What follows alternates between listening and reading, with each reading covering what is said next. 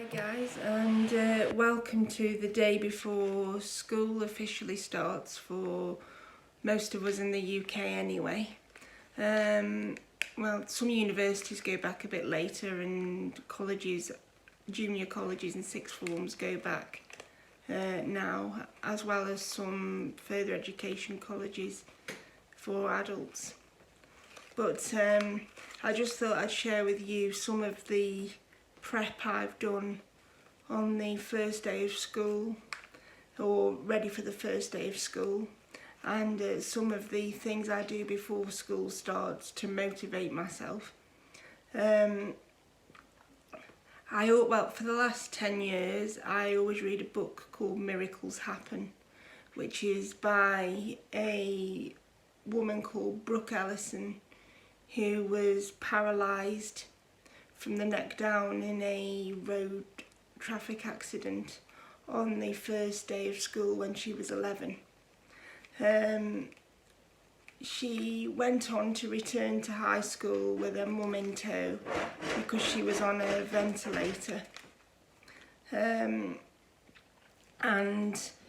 she graduated high school and then went on to attend Harvard University, both as an undergraduate and also graduate school, and she now lectures, I believe, at Stony Brook University in New York. She's always been a bit of an idol of mine, and I always like to read the book and watch because there's also a film that I've got it on DVD myself, but it's available. It was an A&E film, and I think it's available on YouTube as well. It's called The Brooke Ellison Story. It was the last film that Christopher Reeve edited before he passed away, I think. And he was keen to bring the experiences of people with profound disabilities to the attention of the public, and it's a very good film, and the book is even better, as books frequently are, in my opinion anyway. And I always like to read it by way of motivation, and I thought I would show you how I read it by way of a service called Bookshare, which is something I use in my academic studies as well. This is a service that's actually based in the United States, and it provides a range of academic and leisure textbooks to people all over the world, but it's actually free for people in education in the USA. You just need, or with a qualifying disability, I should add that caveat to it, you just need a doctor's certification,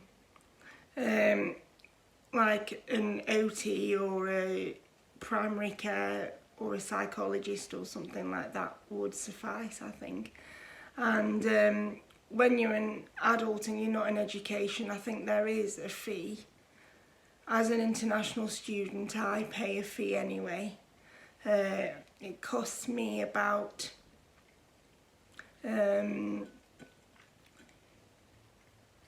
I think it's $50, which is about £35 sterling. And in the UK, some universities also absorb the cost of the service for their students with disabilities as well, so it might be worth contacting your disability support department, even if you are in a junior or sixth form college and you feel the service might make your education a little more simple. See, way back when I was an undergraduate student and in high school and like junior college or further education, so you had to get somebody to read the books out to you if you were having difficulty, because there were very few textbooks available in audio format.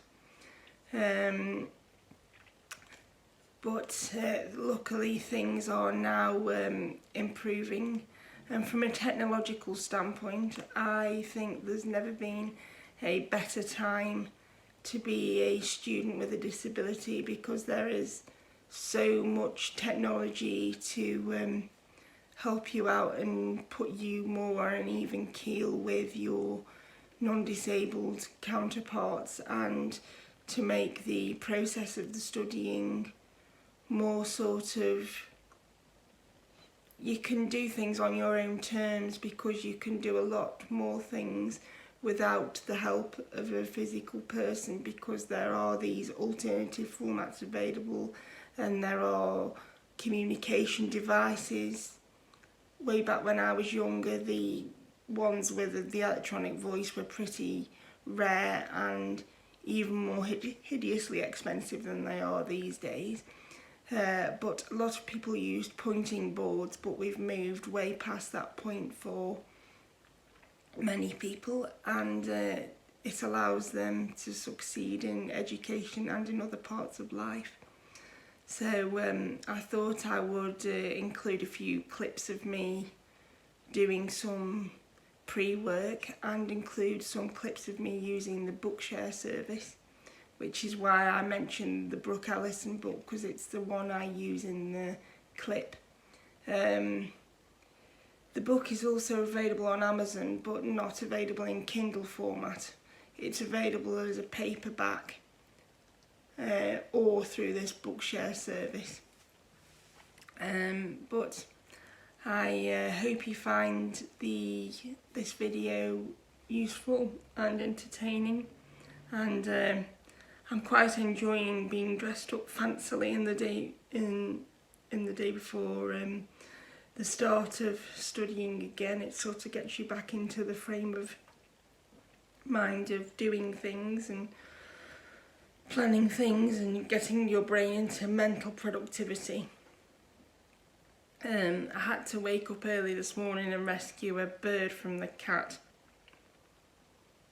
It was a huge black bird which he brought in, and I managed to rescue it because it was hopping about in the window, which was, it was unscathed, it was just rather petrified. So I picked him up and checked him over, and then took him out into the backyard, when he flew away quite happily, slightly traumatised from being brought in through the cat flap, but he seemed to have survived largely unscathed. So I sent him on his way, and I've been wide awake since. So thanks for that, Womble. He's my amazing hunter, which I wish he wouldn't be. I keep trying to dissuade him from the whole process, but it's not currently working.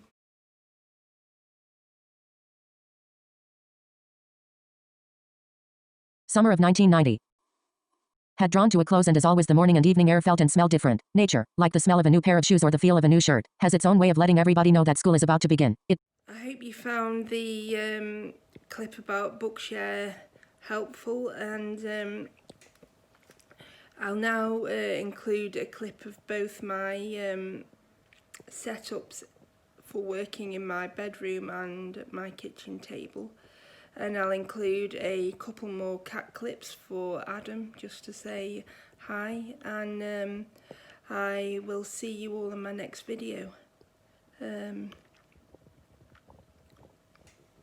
This is the setup I have in my bed for doing my work. You've probably seen this before. It's a arm kind of table type thing that you can put either a laptop or a special needs keyboard like this on, and I also put my DVD player / TV on the armrest thing as well.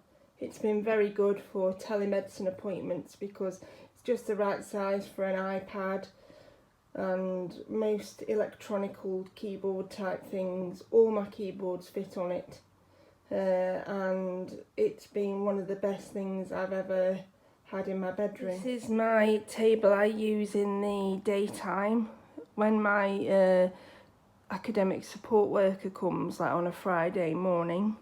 That's just my other keyboard, and that connects to her computer, and I can download any work I've done on that.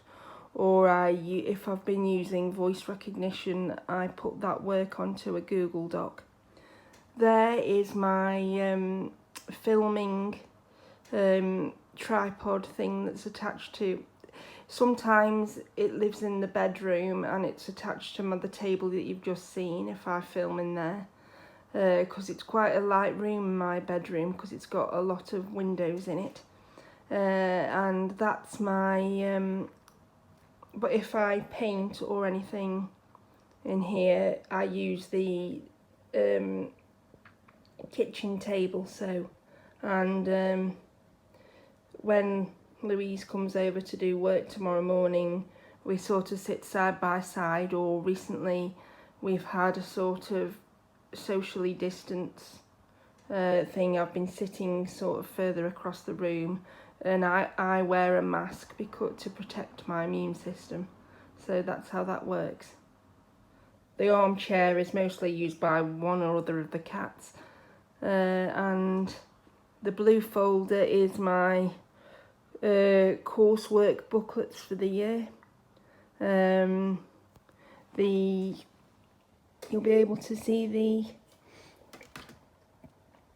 current booklet I'm working on. It's a booklet, Youth Justice Service, which is a bit of a sort of, I haven't studied this in 20 years and laws change, and I got bored spending a lot of time in bed, so I thought it was a course I could do that was self-paced and online, so it was easy and it fits in with health problems currently.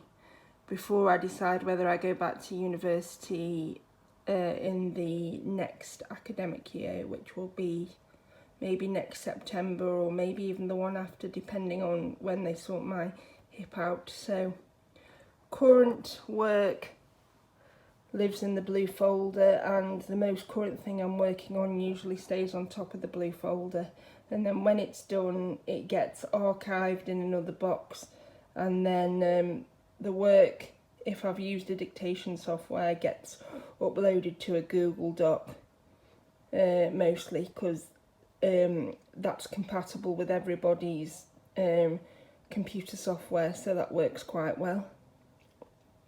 And these Neo keyboards, this Neo keyboard is one of the most fantastic purchases. I have written a blog post about these things, and I'll link it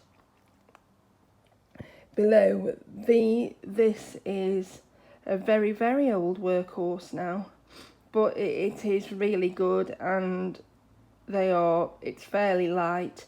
It's got 700 hours of battery life, which is exactly what you want in an appliance, and actually much better than the modern iPads and things. The only thing this doesn't have is predictive text prediction, which my one in the bedroom does have, but this has got a better battery life all told, and it runs on AA batteries, so you can't ask for better than that. And there's 7 file spaces that you can use, and you can, I think it will hold up to 8,000 words, so that's quite a good word length of anything. And you just connect it with an old-fashioned printer cable. I think it's USB-C cable it's called, but I'll say more about this in my companion blog post on rollingbackwards.blog. And it's been one of the, it cost me, I think I sent off for it from the US, because they used to have a lot of these in the school system over there to teach typing before computers were ubiquitous in classrooms, and I picked it up for about $35. It was about 5 years ago now, maybe, and I've used it. It was a replacement, and I've used it quite a lot since. It's good for when you're out and about or in hospital, because nobody knows what it is and they don't try to steal it. You can work in waiting rooms, you can work in hospital wards, and even though it takes me longer to type, it's been a good investment, so I would highly recommend. You can get them on eBay very easily and cheaply. So now you've seen both of my setups, I hope you enjoy today's vlog, and I'll see you in my next video. Sorry for sniffing. Silly cat, you're looking very cute there.